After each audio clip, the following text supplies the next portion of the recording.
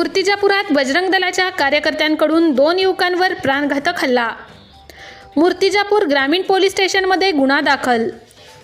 देशात लोकशाही असल्याचा दावा केला जातो, पण आता लोकशाहीवर हल्ला होत असल्याचे वास्तव समोर येत आहे. मूर्तिजापुरात बजरंग दलाच्या कार्यकर्त्यांनी 2 निष्पाप युवकांवर थेट प्राणघातक हल्ला केला आहे. या हल्ल्यामुळे परिसरात भीतीचे आणि संतापाचे वातावरण निर्माण झाले आहे.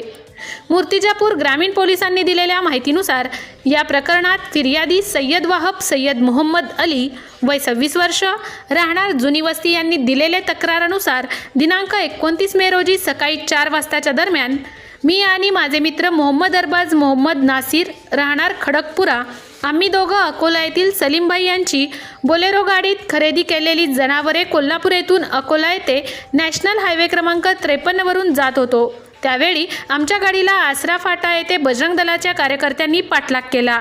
आम्ही आमची गाडी थांबवली असताना फोर्ट MH11 सिटी 7777 या गाडीतून खाली उतरलेले बजरंग दलाच्या कार्यकर्त्यांनी हातात तलवार घेऊन अश्लील शिवीगाळ करून आमच्यावर लोखंडी पाईप व तलवारीने आदित्य महाजन आणि पवन गुंजाळ इतरांनी आमच्यावर हल्ला केला, अशी माहिती प्रसारमाध्यमांशी बोलताना मोहम्मद अरबाज यांनी दिली. गंभीर जखमीत अवस्थेत असलेले दोघांना लक्ष्मीबाई देशमुख उपजिल्हा रुग्णालयात भरती करण्यात आले, परंतु अरबाज यांची प्रकृती चांगली नसल्यामुळे त्यांना अकोला येथे उपचारासाठी हलवण्यात आले. बजरंग दलाच्या कार्यकर्त्यांना कायदा हातात घेण्याचा परवाना कोण दिला?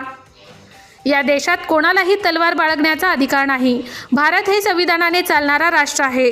तरीसुद्धा बजरंग दलाच्या कार्यकर्त्यांनी उघडपणे हातात शस्त्र घेत कायद्याचे उल्लंघन केलं आणि 2 तरुणांवर अमानुष हल्ला केला. या प्रकरणी ग्रामीण पोलीस स्टेशनमध्ये गुन्हा दाखल करण्यात आला आहे.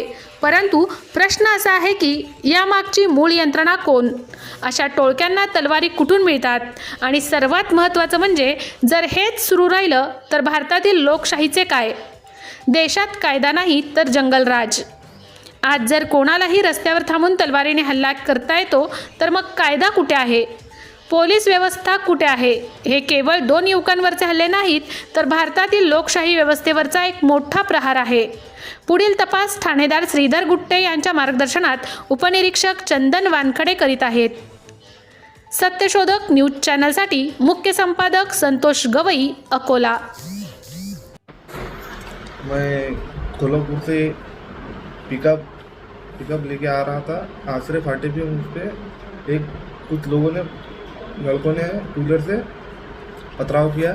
वहाँ से हम भुट्टा फाटा से माना तरफ निकले. वहाँ से फिर एक फॉर्चूनर हमारे पीछे आई.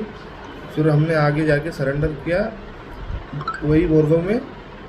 तो उन्होंने धारदार हथियार से तलवार से हमारे को वार किए. मेरे पेट पे मारने की कोशिश की. मैं पलटा, मेरे पीठ पे लगी. मैंने अपनी जान बचा के भागने की कोशिश किया. पीछे से उन्होंने मेरे सर पे एक पाइप, लोहे का पाइप मारा और गाड़ी नंबर क्या था? गाड़ी नंबर MH11 CT 7777. और कौन थे मारने वाले? कौन थे? पवन गुंजार और आदित्य महाजन. और उसके अलावा 3-4 और लड़के थे, उनके नाम याद नहीं. तो साथ में और कोई था क्या? साथ में बाबा था, ड्राइवर. हाँ, मेरा दोस्त. और एक उसको लगा क्या कुछ? हाँ, उसको पीठ पे लगी तलवार, एक आड़ी. ये घटना कहाँ की है? तो एकदम ये वही बोरगांव जामटी फाटे के आगे, जामटी पास का. Subscribe now and press the bell icon. Never miss an update.